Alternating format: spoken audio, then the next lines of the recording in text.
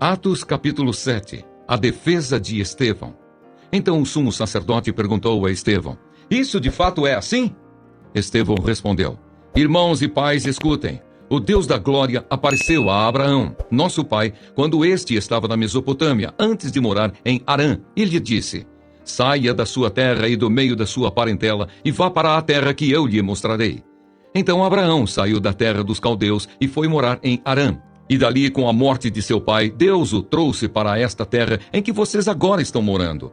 Nela não lhe deu herança, nem sequer o espaço de um pé, mas prometeu dar-lhe a posse dela, e depois dele a sua descendência, embora Abraão ainda não tivesse filhos. E Deus falou que a descendência dele seria peregrina em terra estrangeira, onde seriam escravizados e maltratados durante 400 anos. Deus disse ainda: castigarei a nação da qual forem escravos, e depois disso sairão daí e me servirão neste lugar. Então lhe deu a aliança da circuncisão. Assim Abraão gerou Isaque e o circuncidou no 8º dia. E Isaque gerou Jacó, e Jacó gerou os 12 patriarcas. Os patriarcas invejosos de José venderam-no para ser levado para o Egito, mas Deus estava com ele e o livrou de todas as suas aflições, concedendo-lhe também graça e sabedoria diante de Faraó, rei do Egito, que o constituiu governador daquela nação e de toda a casa real. Depois houve fome e grande sofrimento em todo o Egito e em Canaã, e nossos pais não achavam o que comer. Mas quando Jacó ouviu que no Egito havia trigo, mandou pela primeira vez os nossos pais até lá.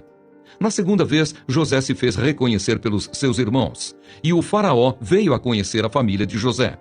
Então José mandou chamar Jacó, seu pai, e toda a sua parentela, isto é, 75 pessoas. Jacó foi para o Egito, e ali morreu ele e também os nossos pais.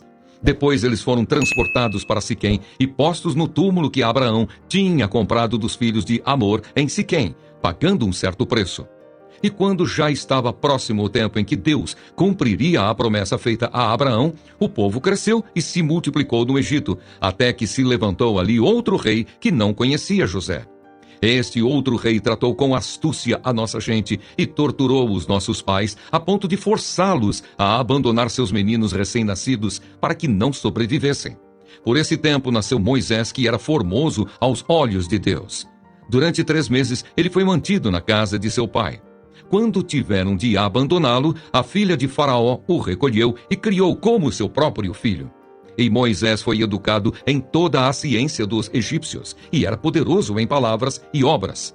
Quando completou 40 anos, Moisés teve a ideia de visitar os seus irmãos, os filhos de Israel. Vendo um homem ser maltratado, saiu em defesa dele e vingou o oprimido, matando o egípcio. Ora, Moisés pensava que seus irmãos entenderiam que Deus queria salvá-los por meio dele. Eles, porém, não entenderam. No dia seguinte, Moisés aproximou-se de uns que brigavam e procurou reconduzi-los à paz, dizendo: homens, vocês são irmãos, por que estão maltratando um ao outro? Mas o que agredia o seu próximo repeliu Moisés, dizendo: quem colocou você como chefe e juiz sobre nós? Será que quer me matar, assim como ontem matou o egípcio? Ao ouvir isto, Moisés fugiu e se tornou peregrino na terra de Midian, onde lhe nasceram 2 filhos. Passados 40 anos, apareceu-lhe no deserto do Monte Sinai um anjo, por entre as chamas de uma sarça que estava queimando. Moisés ficou maravilhado diante daquela visão e, aproximando-se para contemplá-la, ouviu-se a voz do Senhor que disse: eu sou o Deus dos seus pais, o Deus de Abraão, de Isaque e de Jacó. Moisés, tremendo de medo, não ousava contemplar a sarça. Então o Senhor disse: tire as sandálias dos pés, porque o lugar em que você está é terra santa. Certamente vi o sofrimento do meu povo no Egito, ouvi o seu gemido e desci para libertá-lo. Venha agora, vou mandar você para o Egito. A este Moisés, a quem tinham rejeitado, dizendo: quem colocou você como chefe e juiz? Deus enviou como chefe e libertador, com a assistência do anjo que lhe apareceu na sarça. Foi Moisés quem os tirou de lá, fazendo prodígios e sinais na terra do Egito, no Mar Vermelho e no deserto durante 40 anos. Foi ainda Moisés quem disse aos filhos de Israel: Deus fará com que do meio dos irmãos de vocês se levante um profeta semelhante a mim.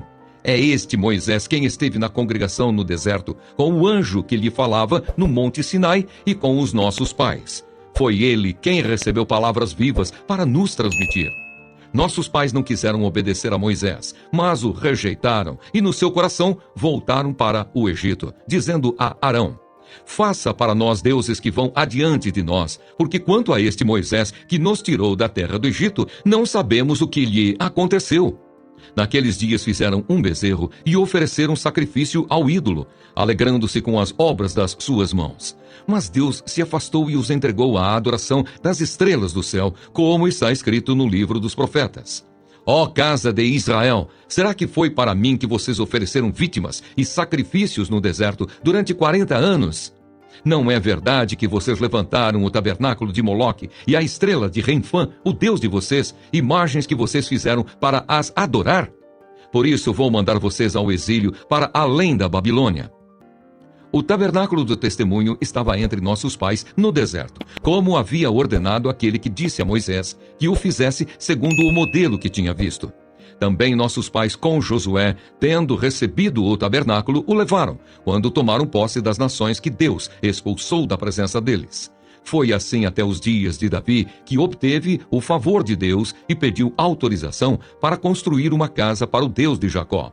Mas foi Salomão quem lhe edificou a casa.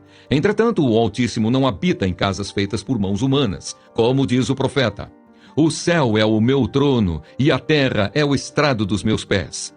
Que casa vocês edificarão para mim, diz o Senhor, ou qual é o lugar do meu repouso? Não é fato que a minha mão fez todas estas coisas? Homens teimosos e incircuncisos de coração e de ouvidos, vocês sempre resistem ao Espírito Santo. Vocês fazem exatamente o mesmo que fizeram os seus pais. Qual dos profetas, os pais de vocês, não perseguiram? Eles mataram os que anteriormente anunciavam a vinda do justo, do qual vocês agora se tornaram traidores e assassinos, vocês que receberam a lei por ministério de anjos e não aguardaram. A morte de Estevão. Ao ouvirem isto, ficaram com o coração cheio de raiva e rangiam os dentes contra ele. Mas Estevão, cheio do Espírito Santo, fitou os olhos no céu e viu a glória de Deus e Jesus, que estava à direita de Deus. Então disse: eis que vejo os céus abertos e o Filho do Homem em pé à direita de Deus.